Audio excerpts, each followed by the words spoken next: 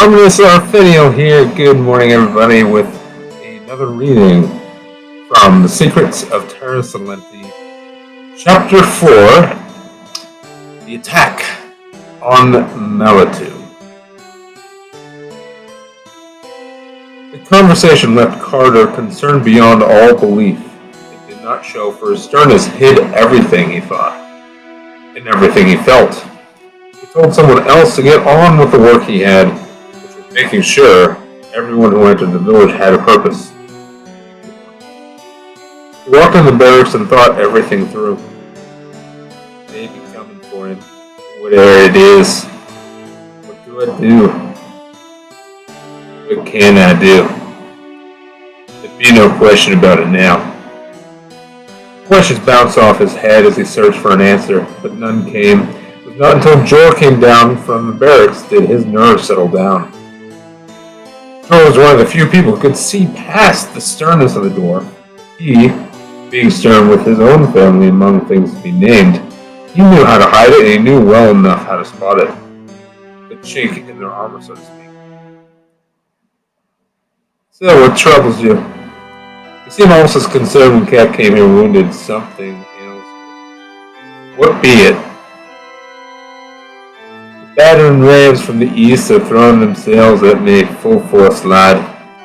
Our fortress gates are barred, but I fear I cannot hold them for long. Carter began, taking a seat in the chair. He took a deep sigh as he lit his pipe. I have a problem for once here. I do not know what to do. An attack may be coming, but be silent about it. I need not worry the town. Possibly this night, but I do not know. Damn! Why do I not know? I always know. Calm down, Carter. Your rage is never the answer. Joe told him and took a seat across from the dwarf. Trust me, I know. The man I trade fell into rage. Nilo was his name. After searching for answers, his career was at an end. He lost his family and was sent to be executed because of this. It was never found when they were beheaded. The atrocities he committed, never was he found, and to my knowledge remains that way. Jor sighed. My point is this. If you give in to rage, it will bring results that you never would expect and never would want. The dwarf nodded as he blew a smoke ring. I see what you're saying, but what do I do? He blew out a smoke ring. There was a pause as Jor thought about it for a second. I am skilled with simple goblin bandits. Our gods do not have the training to handle a force too much stronger than that. I'm sure whatever chaos brought Kek back here is far more complex than a simple goblin. I know one thing we used to do back in Greta when we expected an attack. Joe replied, looking up at the ceiling, dazed as he thought about the past. Oftentimes when we expected an attack, especially a fierce one, we sent our forces home for rest and returned to our post when the attack was expected. We always kept the bare minimum number of troops needed for such a time as this. This I would strongly suggest consideration for. Carter blew another smoke ring. I see. I think that is why you people who went to are so battle-hardened. You truly prepare your men for the worst. This is something I neglected to do. Something I will no longer do. I'll make sure they be prepared after this. Aye, but how could you know something like this would happen? Jor reassured him. Chaos loves company, and we are but the bystander. Kak is the target, and we must defend him. It's the way of the god to protect those who need it despite the circumstances. Carter, I respect you, but you must make the decision in the end. Just never expect me, or any of us to like it. But we will follow you to whatever end, regardless of your choices. The dwarf looked at him with wide eyes confused. His guard had indeed seemed to change his mood almost instantly in conversation. Why? He paused. You go and send half the guards home with their families. I'll keep up and stay at the gates. Let everyone know that we will require all hands by nightfall. Now go. Joel rushed outside the barracks and started yelling at the guards one by one to go home. They would be returning by the nightfall, and he knew they would be on time, for every guard was fully committed to protecting this village. Carter stayed in the barracks for a while, still thinking, still worried. Like the farmer coming up from the winter season. This evil, what is it? Whatever it is, we will stop it here. We'll put a stop to it. We must. Who knows what evil has been awoken? Unless it already has. Joe had been running through the village shouting as many of the guards didn't immediately comply with the demands. Only half of every guard was sent home. One such guard was Kridrick, the QI.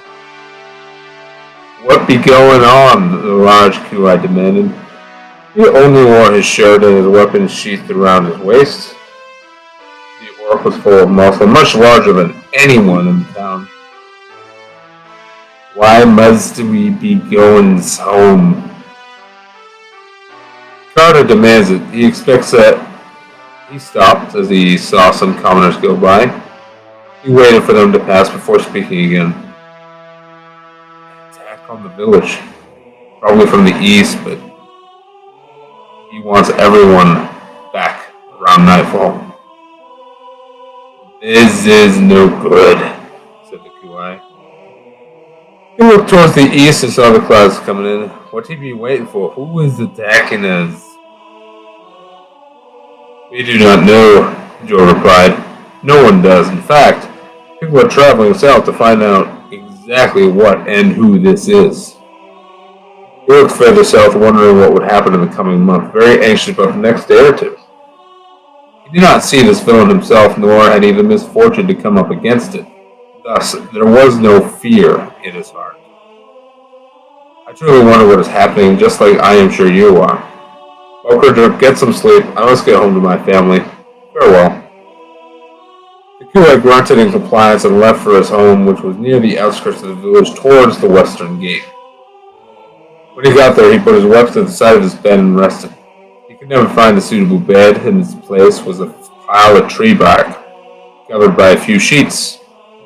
He lay down to sleep until he had to answer the call of duty.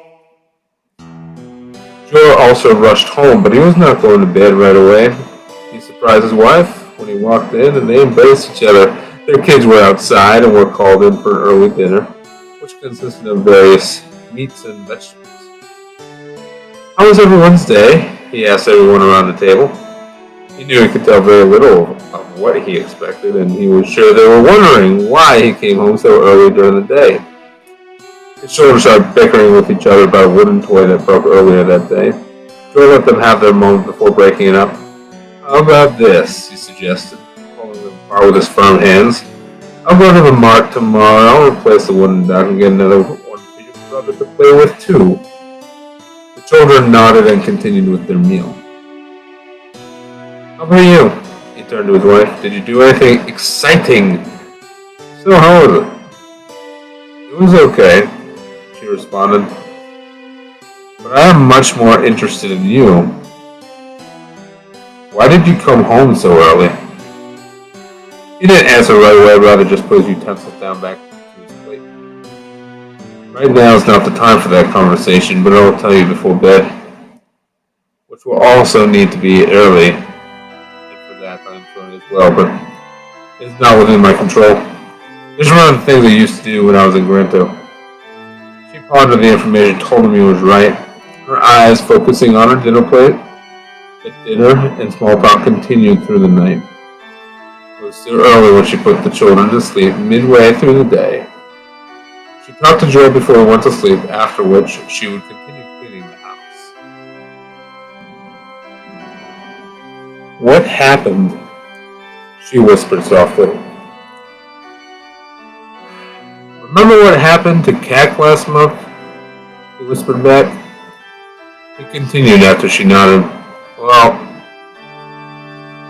Carter has a reason to believe that whatever did that to him is coming this way.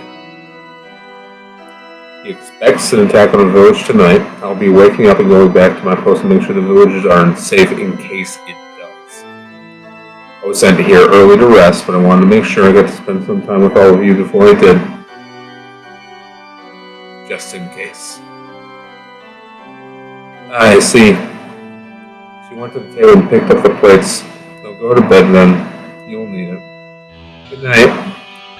She kissed him softly before he went to rest for the night. The sun had finally set. Most of the guards had returned to their posts, and there was a larger concentration of them in the east. Many of the merchants had already left. The guards made sure to check their names off as they went through the gates. Many of them patrolled the area inside and outside the walls, while others sat on the towers of the walls and looked out in the distance. There was nothing but a strange fog was coming in, thick and dark. They could not see what was on the other side of it, but it was still far away. Aside from the menacing fog, there was peace. Nothing but quiet, and would not be known if certain other guards hadn't quite made it to their posts yet. In the distance, they could hear loud shrieks. They saw shadow humanoids running through the fog, but they could not tell what they were at this point. The figures were flailing their arms as Carter looked closely before even he could tell what they were. One of the archers from above shouted, "Goblins!" The shape and size and features of the goblins became immediately noticeable when they got out of the fog. They were running very fast and very hard as if their masters with barbed whips were behind them, chasing them on horses. Many of the archers placed arrows on their wooden bows and pulled the strings back. The head archer yelled down, "Captain, show him loose!" The dwarf raised his hand and looked carefully at the goblins. One of the goblins looked up at the archer, saw them getting ready to shoot. He waved his hands across his chest, yelling, "No shoot! No shoot! No shoot!" The dwarf heard this and decided not to give the arrow to loose the arrows at the goblins coming in. The goblins ran in and hid behind some of the guards. There were 6 of them. They whimpered as the fog got closer. The dwarf went over to them, asking, "How many are you?" He remained calm. There were 40 of us," said the apparent leader, his eyes never looking away from the run. "Now, just us." His eyes teared up as he had grown close with his fellow goblins. "What be it that you're running from?" Carter demanded as he grabbed the goblin by his armor and lifted him up. Although he was able to hide his anxiety with his hatred of goblins, there were many that could tell he was desperate for an answer. "Tell me now, we must know. Answer me now, or I will kill you." The goblin never looked the dwarf in the face. He never answered. His eyes stayed on the road, the fog continuing to roll in. The other 5 goblins hid behind the other guards, only watching the fog which stopped at the gates. There was another noise that got Carter's attention. It was within the city, not outside as he expected it. It was the slamming of a door. A man who was dressed in clothes of cotton appeared. In some place it was luxurious. His name was Zippo, a man from the northern kingdom of Brento. "What's going on here?" he cried. It was obvious he was outraged. "You are supposed to arrest the goblin bandits. These ilk are not good here. You want them not? Take them to the dungeons." The goblins ignored him, but the guards shifted their attention to him. "I do what is best for the village. Do not question my authority," Carter shouted back. The 2 exchanged insults with one another as the guards just watched. One of them, however, noticed a humanoid figure in the fog and walked over to it. His hand remained upon the pommel of his sword. The face of a woman appeared out of the fog, and he could see some startling features. The decaying skin and the pale face. He was about to open his mouth to say something, but a strong hand grabbed him and pulled him into the fog. He was killed instantly, and no one noticed. There was a huge lightning bolt followed by a clap of thunder. It struck the fog cloud, which dispersed. It revealed the lone woman covered in her dark green cloak. This ended the argument between Carter and Zippo. Everyone stopped to look at her. "Who'll be in charge here?" she asked suddenly. "I dearly long to speak to him." Carter stepped away from Zippo. I am he. What do you want?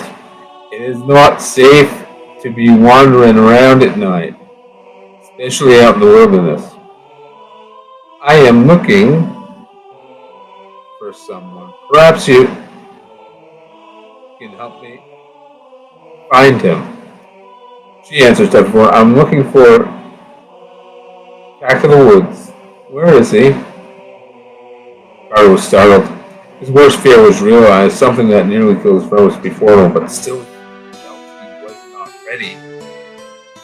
I was told not to disclose that information, therefore I will remain true to my word as that is concerned. I must ask you to leave and go back from where you came from. She clapped her hands, and through the wilderness came dozens of creatures with dying flesh and blood in their eyes. The stench of decaying flesh and old dust reached Carter's nose, reminded him of the forge his father had. Some of them were clumsy, others more graceful, and all with the common interest to feed on flesh. I have ways of persuading you truly, Carter. I do not wish to make a mess of things in your precious village. Give me what I want, and I will not spill your blood. She paused, allowing him to take the information in. Or I will grind your precious village into nothing. I am more than capable of doing this. We will fight to the end. Your idle threats do not frighten me. Carter lied. How did she know my name? He pulled out his axe and it burned with the fire of his heart. The fire from the axe lit up the area. Many of the guards got in battle formations. One of the archers had already started firing at the woman from the tower and went right through her cloak and struck the ground.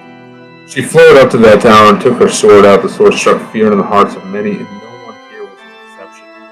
She cut through the archer, threw him down, and started casting fireballs into the village as the undead horde marched into the village, striking wherever possible. The sounds of the battle cries of men and the roaring fires filled the air.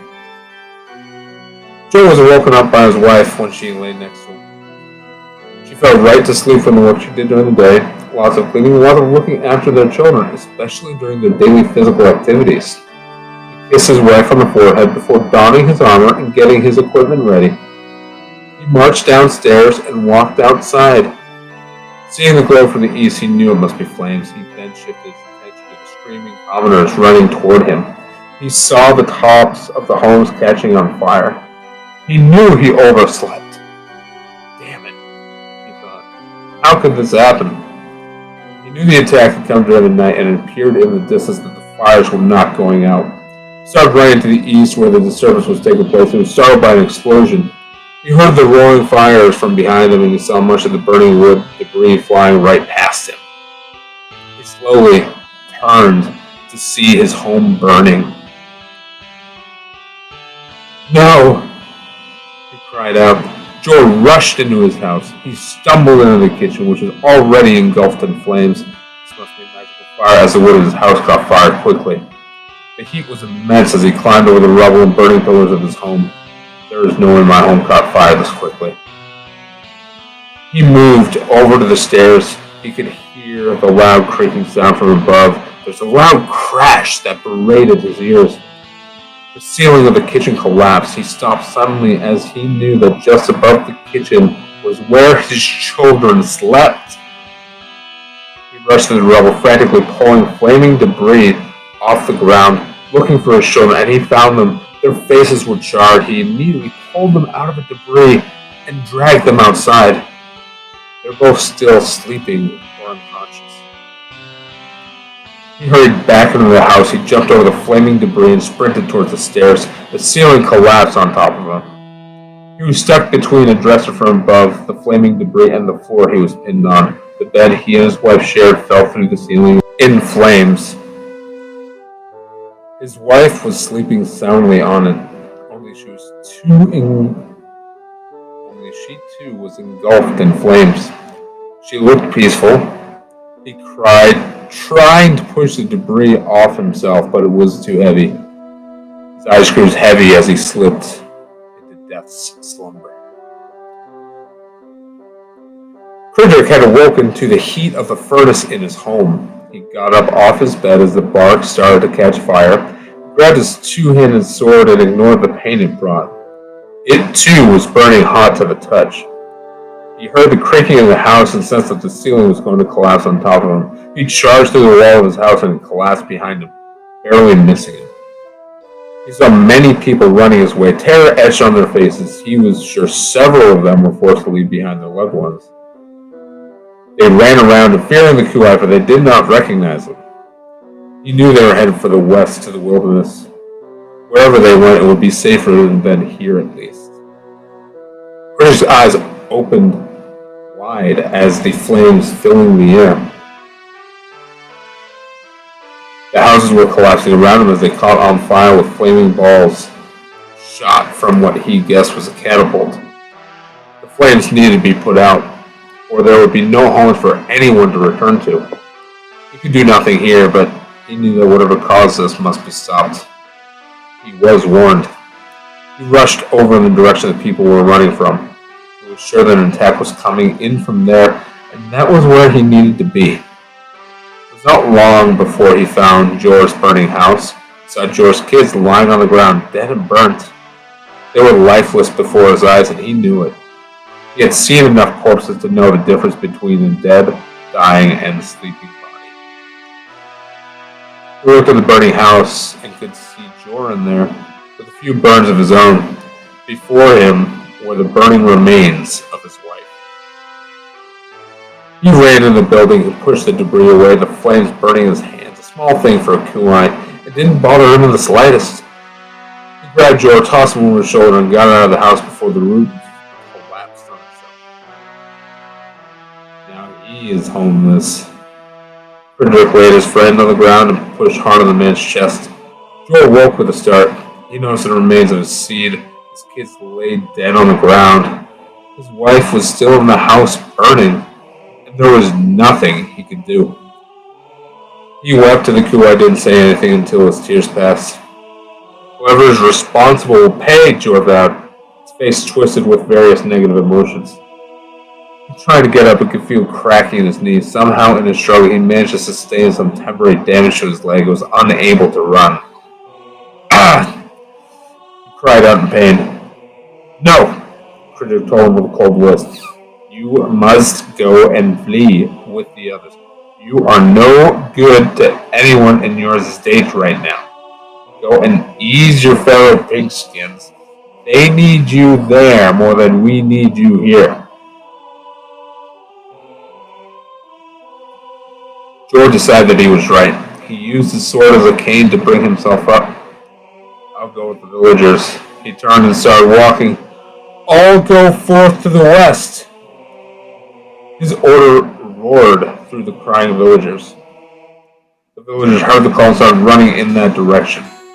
Frederick started running to the east, and he saw the horror in the faces of the villagers who ran around him.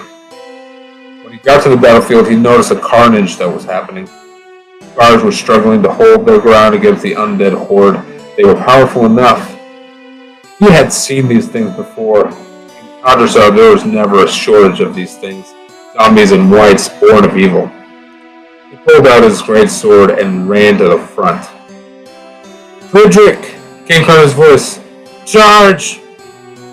The troops started backing away, focusing the creatures into a narrow hallway of soldiers. The giant orc beat on his chest and roared. He finally charged against the undead, shaking the earth as the weight and strength was pressed against. The whites and zombies were crushed under his mighty strength.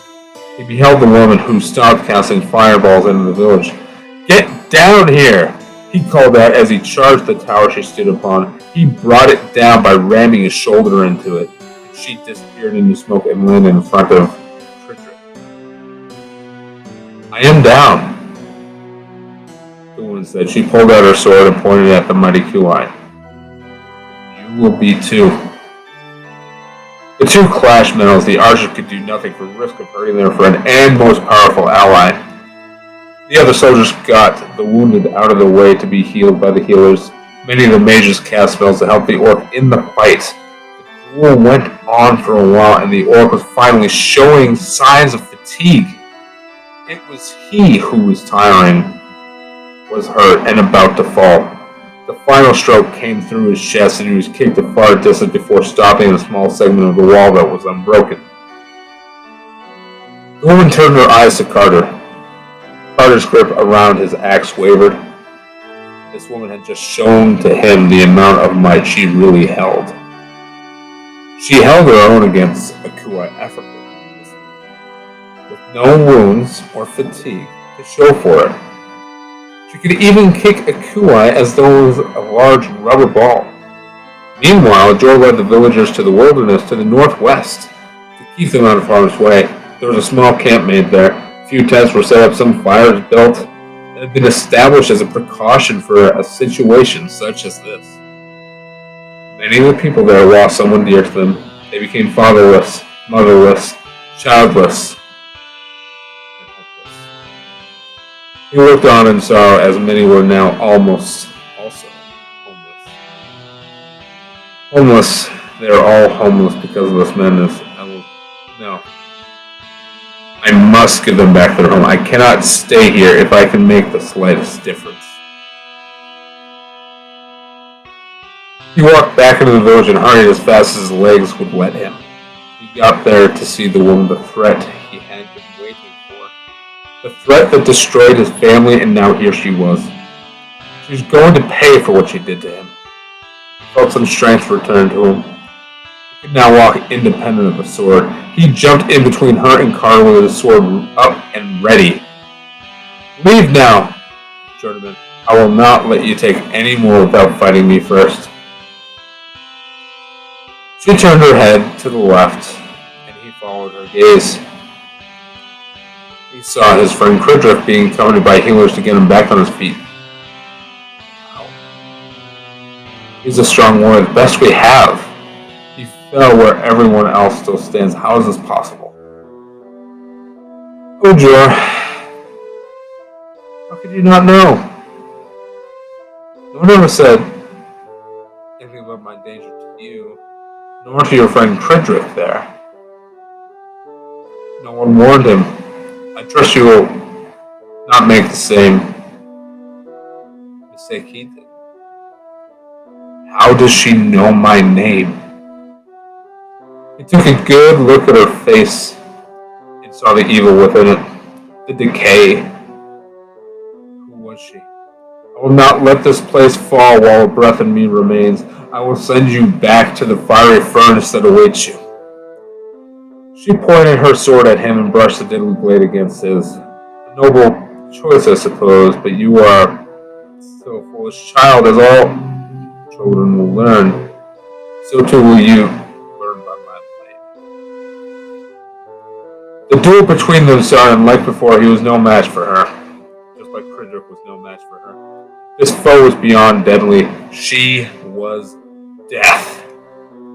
She could bring forth death where she walked. If she grew in power, she would be able to smite down a small kingdom like Corcrest. There was only grunting from Jor while giggles and laughs came from him. He could not help but wonder how this being could be so fast. She was cutting him left and right, but not giving him any real injuries. She's playing with me, like a cat with a ball of yarn. But I must do this for my children and for my wife, Yvette. Thor made another slash on his wrist, and it caused him to stumble back as part of his tendons were now loose. So, the wife and children are now dead, are they?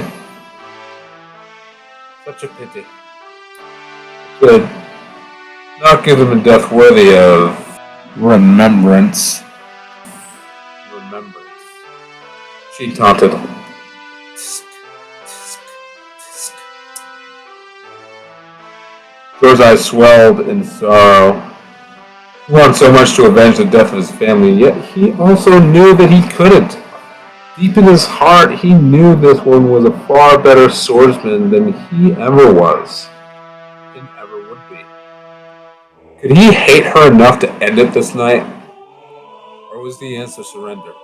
Never. Never will I surrender to this ever-growing evil. You will fall if not by my hand. I will hate you until the end of time, until your carcass hangs from a tree and is feasted upon by the crows, he called. Interesting, she responded. Swift as lightning, she made another cut, but this time on his chest. Her blade cut right through the armor, and he fell backwards, sitting on a wall. His sword fell. She walked over to him and placed her hand around his neck, forcibly pulling him up and pushing his back square on the surface. She took her blade and impaled him a second time, this time leaving the blade inside Jor. Carter watched hopelessly. He fell on his knees and let his axe fall. You do not have enough hate to kill me, and you never will. In reply, she thrust her sword into his abdomen. His cries were great, and he was left to hang up there.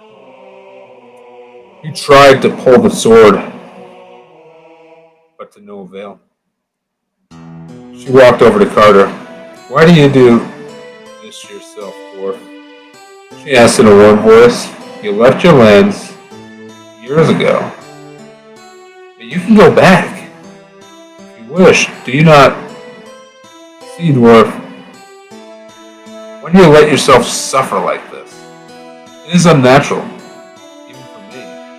Why let one person live, one that the world will not miss, for the sake of your village? If you tell me, I will leave you, your people, this place alone, forever, never to return. Carter was still surprised. He had never seen this woman before. How did she know all their names? How could she? They were never mentioned to her. If she could do these things, what else was she capable of? He strongly considered breaking the trust, breaking his word to never reveal Kak's location. This was something he had never done before, but this village was his priority. If Kak is all she wants, it would be a small price to save a village and to cease this madness. Do you promise to leave us alone? Carter, no! Jor cried. Despite his wounds, his obvious bleeding, he was still alive and able to yell. He spat his own blood as more blood spilled from his mouth. I know how you feel. Friendship or honor, do not betray your friends.